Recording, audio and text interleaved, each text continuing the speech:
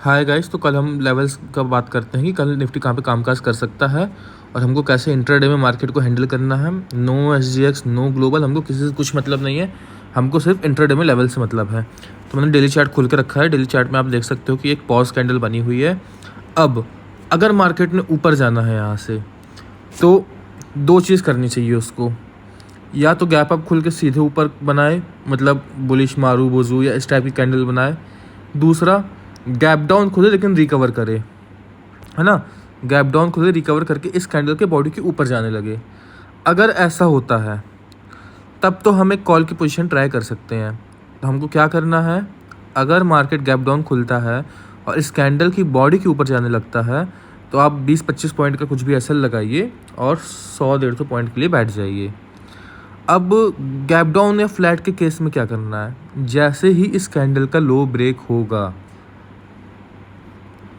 जैसे ही इसका लो ब्रेक होगा, लो कितना है इस कैंडल का 315-320 के बीच में समथिंग है ना, तो हमको एक डाउन मूव मिल सकता है और आप पुट के लिए ट्राई कर सकते हैं।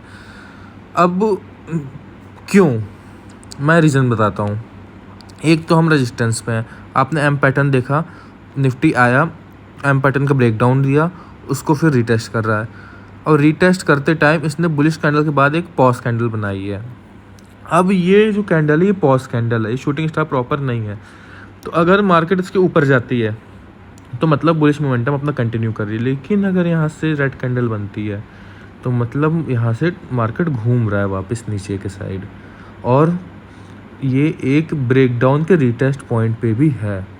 तो यहाँ पे एक शॉर्ट का कल अच्छा ट्रेड बन सकता है। तो ये चीज़ आपको नज़र में रखनी है। अब अपन 30 मिनट्स पे आ जाते हैं तो अपन को कुछ दिख रहा है। यस, हमको दिख रहा है कुछ। क्या दिख रहा है कि मार्केट जो क्लोज़ हुआ और कल का जो पॉइंट रहा, मतलब गैप अप के बाद इसने जो गैप बनाया, मार्केट ने वो गैप एक तरह से फिल किया है। थोड़ा गैप बचा बट मोस्टली इसने फिल कर दिया है ना। अब अगर ये दोबारा अंदर आ जाता है इसके, तो फिर मार्केट मेरे ख्याल से नीचे जा रहा है। 17,200 आपका एक स्ट्रॉन्ग सपोर्ट का काम करेगा, ये आप ध्यान रखिएगा अगर नीचे की साइड रहते हैं तो।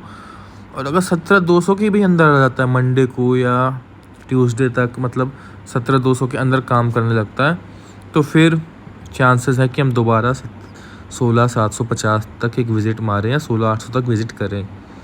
तो ये चांसेस भी हैं।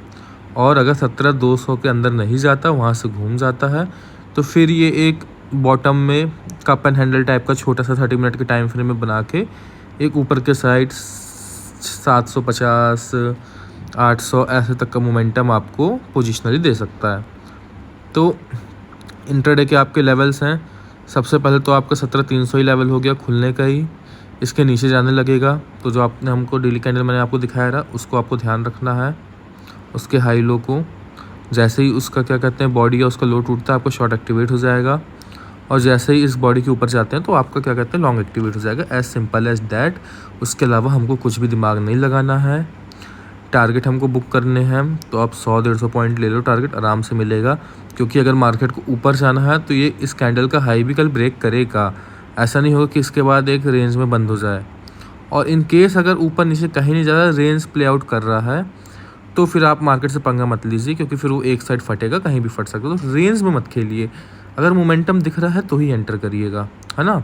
और रेंज में भी अगर आपको खेलना ही है तो आप रेंज बनने दीजिए 1 घंटे की, और जैसे ही वो रेंज ब्रेक करे 5 मिनट्स का चार्ट लगाइए,